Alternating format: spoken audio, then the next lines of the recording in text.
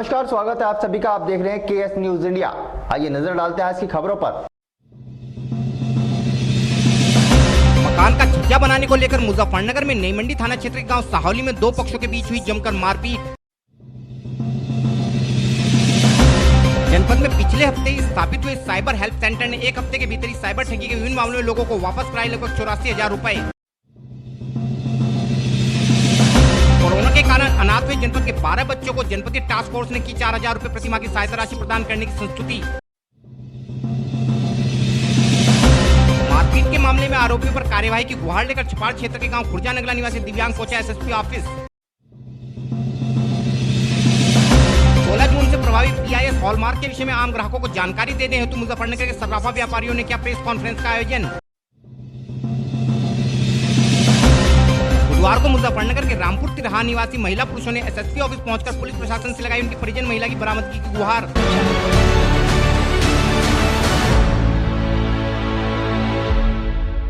बुधवार को मुजफ्फरनगर के सोशल मीडिया पर मारपीट का एक वीडियो वायरल हो गया। लगभग 1 मिनट से कुछ अधिक के इस वीडियो में कुछ लोग आपस में डंडे व फावले आदि की सहायता से मारपीट कर रहे हैं तथा मारपीट की जगह पर निर्माण कार्य चल रहा है। जब हमारी टीम ने इस विषय में पड़ताल की तो पता लगा कि मुजफ्फरनगर में नई मंडी थाना क्षेत्र के गांव साहौली में मकान के निर्माण को लेकर दो पक्षों में विवाद चल रहा था तथा इसी विवाद के चलते बुधवार की सुबह एक पक्ष ने लाठी डंडों से हमला कर मारपीट करते हुए दूसरे पक्ष के कई लोगों को घायल कर दिया।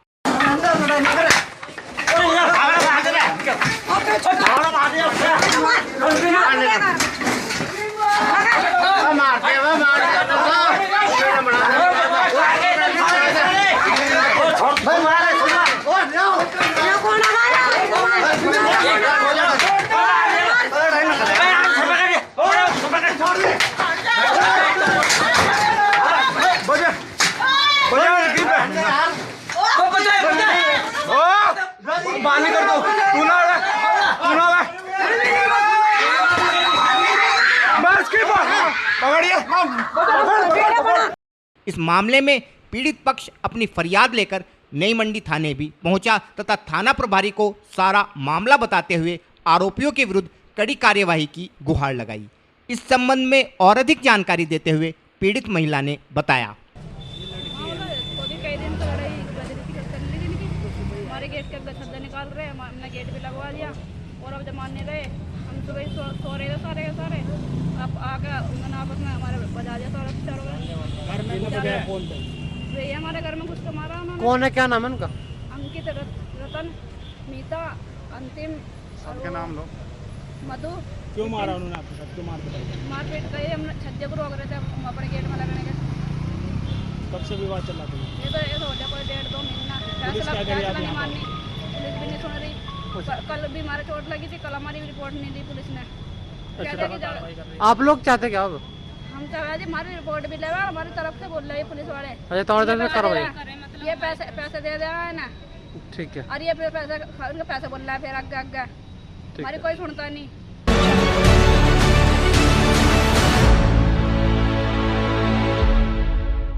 मुजफ्फरनगर जनपद में बढ़ रहे साइबर अपराधों पर अंकुश लगाने हेतु मुजफ्फरनगर एसएसपी श्री अभिषेक यादव के अथक प्रयासों से कचहरी स्थित एसएसपी कार्यालय के बगल में पिछले सप्ताह ही साइबर हेल्प सेंटर की स्थापना की गई थी तथा लोगों की सुविधा हेतु 94-544-016-17 नामक एक नंबर भी जारी किया गया था ताकि पीड़ित इस नंबर के माध्यम से भी साइबर हेल्प सेंटर को अपने साथ घटित साइबर अपराध के विषय में अवगत करा सके। इस सेंटर में कार्यरत पुलिसकर्मियों ने सेंटर की स्थापना के एक हफ्ते के भीतर ही जनपद के 3 लोगों से हुई साइबर ठगी के मामलों में लगभग 84,000 रुपये की रकम पीड़ित लोगों को वापस दिलाकर सेंटर की स्थापना की उपयोगिता को सिद्ध कर दिया गया है। इस सेंटर के द्वारा नई मंडी थाना क्षेत्र के पटेल नगर निवासी संजय कुमार गोयल, मंसूरपुर थाना क्षेत्र के गांव नोना निवासी टिंकू व बुढ़ाना थाना क्षेत्र निवासी बसंत कुमार को कुल मिलाकर लगभग 84,000 रुपये की रकम वापस दिलाई गई है। इसके अलावा एक पुराने साइबर ठगी के मामले में भी 46,000 रुपये की रकम वापस दिलाई गई है।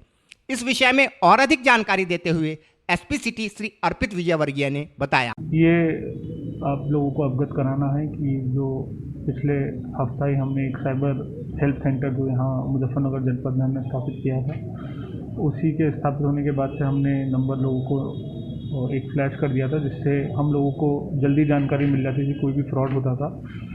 उसी को ध्यान में रखते हुए लोगों ने हम लोगों से संपर्क किया और जिसका फ़ायदा हम लोगों को मिला। पिछले एक हफ्ते में 3 जो साइबर ठगी हुई थी उसमें करीब 84,000 की ठगी हुई थी, वो हम लोगों ने वापस करवा दी है लोगों के अकाउंट में। इनमें से 84,000 में 3 व्यक्ति जो हैं उनके नाम हैं संजय कुमार गोयल जो कि पटेल नगर थाना निवास नई मंडी के हैं, पिंकू पुत्र धर्मपाल ये नौनाव गांव के हैं मंसूरपुर में, और एक हैं बसंत कुमार जो कि बुढ़ाना थाने के रहने वाले हैं।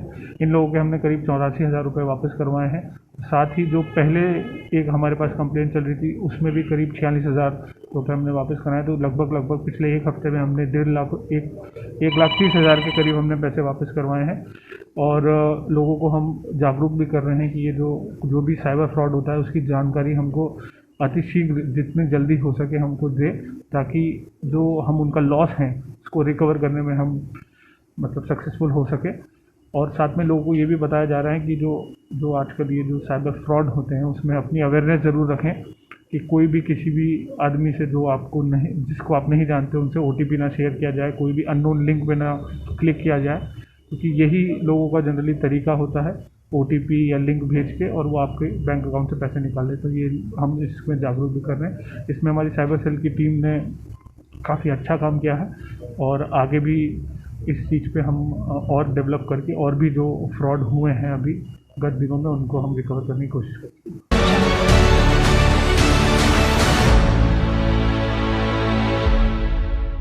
पिछले दिनों कोरोना महामारी के चलते पूरे प्रदेश में सैकड़ों लोगों ने अपनी जान गंवाई थी तथा कई परिवार पूरी तरह तबाह हो गए थे।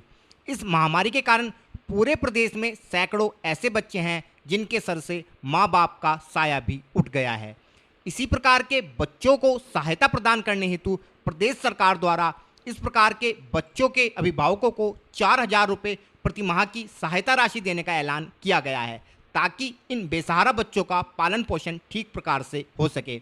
इसके अलावा कक्षा 9 से लेकर ऊपर की कक्षाओं में पढ़ने वाले बच्चों को सरकार की ओर से टैबलेट अथवा लैपटॉप देने की घोषणा भी की गई है, ताकि इन बच्चों को अपनी पढ़ाई जारी रखने में किसी प्रकार की असुविधा का सामना न करना पड़े। इसी कड़ी में मुजफ्फरनगर के समाज कल्याण विभाग द्वारा भी जिले में लगभग 144 बच्चों को चिन्हित कर उन्हें सहायता राशि उपलब्ध कराने की प्रक्रिया प्रारंभ की गई है तथा जिलाधिकारी की अध्यक्षता में बनी कमेटी द्वारा मंगलवार को जनपद के 12 बच्चों को सहायता राशि प्रदान करने की स्वीकृति दे दी गई है तथा शेष पात्र बच्चों को भी जांच के उपरांत यह राशि शीघ्र ही प्रदान कर दी जाएगी। इस संबंध में और अधिक जानकारी देते हुए जिला प्रोबेशन अधिकारी मोहम्मद मुस्तकीन ने बताया। एक उत्तर प्रदेश सरकार की एक महत्वाकांक्षी योजना है जो हमारे माननीय मुख्यमंत्री जी द्वारा हाल ही में प्रारंभ की गई थी। इस योजना में जो कोविड-19 के कारण बच्चे प्रभावित हुए हैं या अनाथ हुए हैं उनको योजना में 4,000 रुपये प्रति माह की धनराशि तथा जो बच्चे कक्षा 9 या उससे अधिक की कक्षा में पढ़ रहे हैं उनको टैबलेट या लैपटॉप दिए जाने का प्रावधान है। कल जिलाधिकारी महोदया की अध्यक्षता में एक कमेटी बनी है जिला टास्क फोर्स, तो उस कमेटी के द्वारा योजना में 12 बच्चों को रुपये 4,000 की धनराशि प्रतिमाह दिए जाने की स्वीकृति प्रदान की गई है। तो 6 बच्चों को उसमें लैपटॉप और टैबलेट जो भी वो चाहेंगे कोई एक चीज़ उनको दिए जाने की स्वीकृति प्रदान की गई है।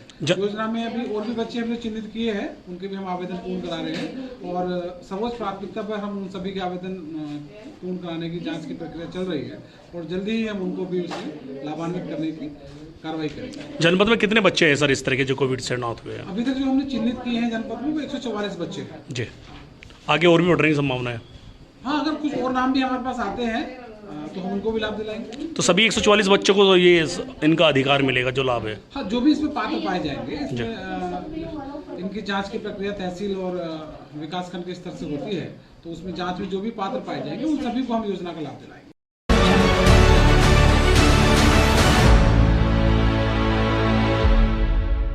बुधवार को मुजफ्फरनगर के गांव खुर्जा नंगला निवासी एक दिव्यांग कचहरी स्थित एसएसपी कार्यालय पर पहुंचा तथा अपने पैसे मांगने पर गांव के ही कुछ लोगों द्वारा उसके साथ मारपीट करने की घटना के विषय में पुलिस अधिकारियों को जानकारी देते हुए पुलिस प्रशासन से मदद की गुहार लगाई। खुर्जा नंगला निवासी दिव्यांग मोहम्मद आबाद का कहना था कि उसने गांव के ही कुछ लोगों को 3.5 लाख रुपए उधार दे रखे थे। विगत 13 जून की शाम उक्त लोगों ने आबाद को उसके पैसे वापस करने के बहाने अपने घर बुलाकर उसके साथ जमकर मारपीट की, जिससे आबाद को गंभीर चोटें आई। इस संबंध में पीड़ित द्वारा छपार थाने में तहरीर भी दी गई थी, लेकिन पुलिस ने आज तक भी आरोपियों के विरुद्ध कोई कार्यवाही नहीं की है, बल्कि उल्टे आबाद के विरुद्ध ही कई संगीन धाराओं में मुकदमा छपार पुलिस द्वारा दर्ज कर लिया गया है। इस संबंध में और अधिक जानकारी देते हुए पीड़ित आबाद ने बताया। नाम आपका? मेरा नाम मोहम्मद आबाद है। किस समस्या को लेकर आज आप एसएसपी ऑफिस आए? सर मेरी मारपीट हुई पैसों के मसले में। मेरे पैसे थे 3.5 लाख रुपए गाँव के। मुझे बुला को झूठ नो को आज अपने पैसे ले ले, फैसला कर ले। मुझे बुला को अपने बाहर अजी मारा उन्होंने सबनों रास्ते में गेर को। मेरे सिर में 28 टन के जी फट्टी मारी थी, मेरे सिर में इंटी मारी। कहाँ का मामला है? ये गाँव खुर्जा नंगला का मामला है सर। देखो मेरा हाथ। किस थाने का मामला? थाना छपार का। और मुझे खींच को मारा जी। 4 उसके लड़के थे, एक उसका अब्बा था। तो आज जब आप यहाँ आए हैं किससे मुलाकात हुई? पुलिस अधिकारी से मुलाकात हुई सर मेरी। क्या आश्वासन मिला? सर वो कह रहे कि आप निश्चित रहो और चले जाओ, आपको कोई दिक्कत नहीं आने की। कितने दिन पहले का मामला है? सर ये 13 तारीख का मामला, शाम 5 बजे 6 बजे का। तो क्या अभी तक आपकी कोई सुनवाई नहीं हुई? सर मेरी कोई सुनवाई नहीं है ना। विपक्ष पार्टी के पास कोई पुलिस गई ना, उन्होंने कुछ कहा जी। और मेरे खिलाफ उन्होंने गोली चलाने का और क्या बलात्कार का और छेड़छाड़ का मामला दर्ज करा दिया। मेरे खिलाफ 12 धाराएं लगा दी उन्होंने। ये एक अभी दिव्यांग व्यक्ति यहाँ आए थे जिनकी कुछ समस्या थी छपा थाने से संबंधित। उसी के उपलक्ष्य में जो हमारे बहादुर सब इंस्पेक्टर हैं जन शिकायत के भी, उन्होंने उनको पूरी संवेदनशीलता से उसकी बात सुनी और आश्वासन दिया कि उनकी जो भी समस्या है उसका हल कराया जाएगा। और ये जो संवेदनशीलता दिखाई गई ये एक काफ़ी अच्छी है और यही मैं अपेक्षा करता हूँ कि जो हमारे बाकी पुलिसजन हैं वो भी ऐसी संवेदनशीलता जो ऐसे मतलब जो लोग हैं, जो दिव्यांग लोग हैं या जो महिला हो गई जिनके साथ भी कुछ हुआ वो इसमें संवेदनशीलता जरूरी है।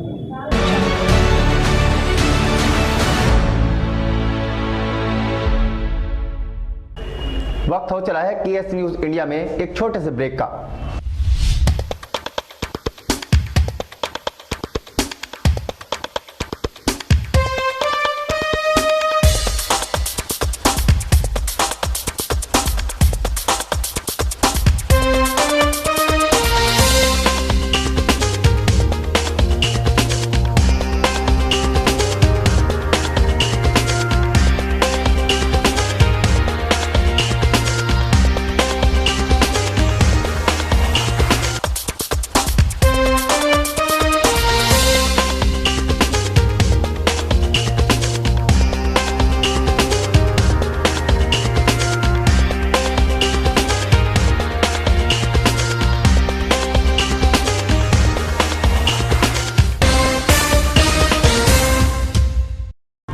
ब्रेक के बाद आप सभी का स्वागत है। बुधवार को मुजफ्फरनगर के सराफा व्यापारियों द्वारा नगर के सराफा बाजार में Indian Boolean and jewellers association के बैनर तले एक प्रेस वार्ता का आयोजन किया गया।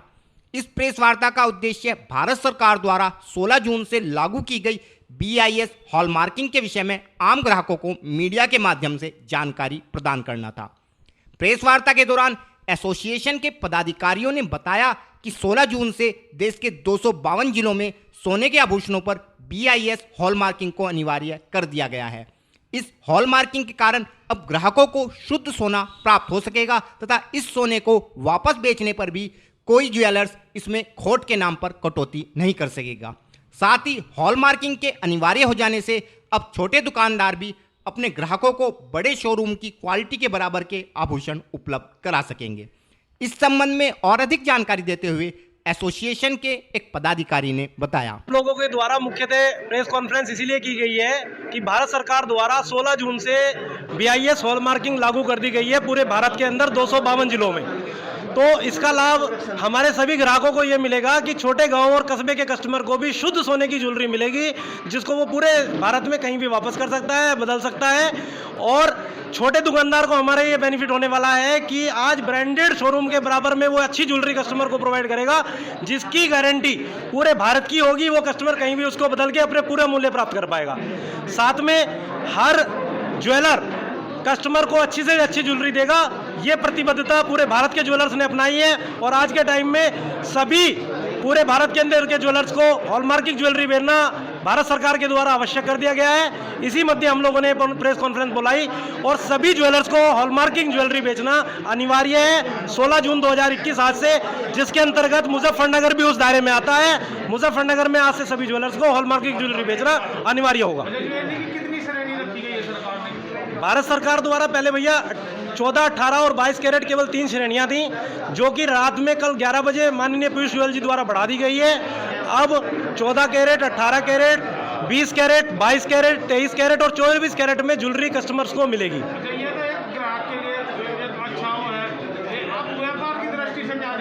व्यापारियों के लिए ये कानून अपने आप में एक असीम परिवर्तन लेके आने वाला है। हमारे छोटे से छोटे ज्वेलर को आगे बढ़ने के लिए मार्ग प्रशस्त करने वाला है, क्योंकि हमारे ग्राहकों का जो ज्वेलरी के प्रति मोह कम हुआ था, वो इस कानून के आने से, क्योंकि उनको अपने इन्वेस्टमेंट का पूरा मूल्य मिलेगा तो बढ़ेगा। क्योंकि सोना ही एक ऐसी धातु है जो हर इमरजेंसी में उसके लिए हमेशा साथ देती है ग्राहक का। तो ग्राहकों का बहुत ज़्यादा इसमें मोह बढ़ेगा परचेज में, जिससे ग्राहकों को भी फायदा होगा और हमारे सभी ज्वेलर्स बंधुओं को फायदा होगा, क्योंकि अब हमारा व्यापार बहुत तेजी से बढ़ने वाला है और अपने आप में ये जो है एक गेम चेंजर साबित होने वाला है।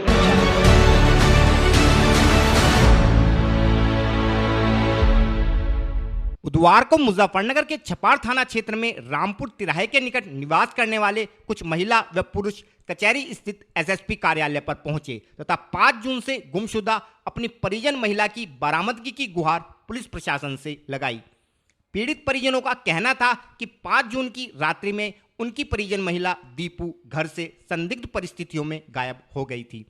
काफी तलाश के बाद भी जब दीपू का कोई पता नहीं लग सका तो छपार थाने में दीपू की गुमशुदगी दर्ज कराई गई। इसी बीच पीड़ित परिजनों को जानकारी हुई कि गांव पाली निवासी 2 युवकों द्वारा दीपू का अपहरण कर लिया गया है, जिसके बाद परिजनों द्वारा एक आरोपी को पकड़कर पुलिस के हवाले कर दिया गया। लेकिन पुलिस द्वारा आरोपी युवक को 3 दिन के भीतर दीपू को वापस लाने की चेतावनी देकर छोड़ दिया गया। इस संबंध में और अधिक जानकारी देते हुए एक पीड़ित परिजन ने बताया। प्रियंका कहाँ के रहने वाले आप? मुजफ्फरनगर रामपुर तिराहा। अच्छा, आप एसएसपी ऑफिस पहुँचे, क्या मामला है?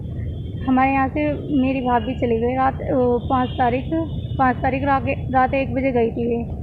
अगले दिन हमने उनकी गुमशुदा की रिपोर्ट लिखवाई। जब तक हमें कुछ नहीं पता था कि वे कहाँ चली गई। फिर हमने जैसे जानकारी हमने जारी रखी, छानबीन जारी रखी, तो हमें पता चला कि वहाँ से 2 लड़के उन्हें लड़के ले गए 2। कौन थे? तो उस लड़के का नाम अंकित है। कहाँ का रहने वाला वो नगवा टाली का रहने वाला है वो लड़का जी। तो उस लड़के को हमने चौकी में ला के दिया, रामपुर तिराहे की चौकी में। उन्होंने ऐसा बताया कि चौकी में उन्होंने बताया, लड़के से बयान लिया। लड़के ने बताया कि हाँ मैं लेके गया था। ठीक है, लड़के ने बताने के बाद उसने बताया कि हमारा 9 जनों का ग्रुप है। उसने नाम वगैरह नंबर वगैरह लिखवाए। तो पुलिस वालों ने कोई भी कार्रवाई ना करके उन्हें उससे लड़के से बोला कि 3 दिन का टाइम दिया गया है। उसे लड़के को छोड़ दिया, 3 दिन का टाइम दिया गया है। और तुम्हें क्या नाम था आपकी भाभी का? जो भाभी का नाम रीतू है। अच्छा जी। तो बच्चे हो रहे हैं, शादी है उनकी? हाँ जी, 2 बच्चे हैं छोटे छोटे। अच्छा, और उनके हस्बैंड भी है। तो आप क्या चाहते हो? हम चाहते हैं कि वो वापस आ जाए।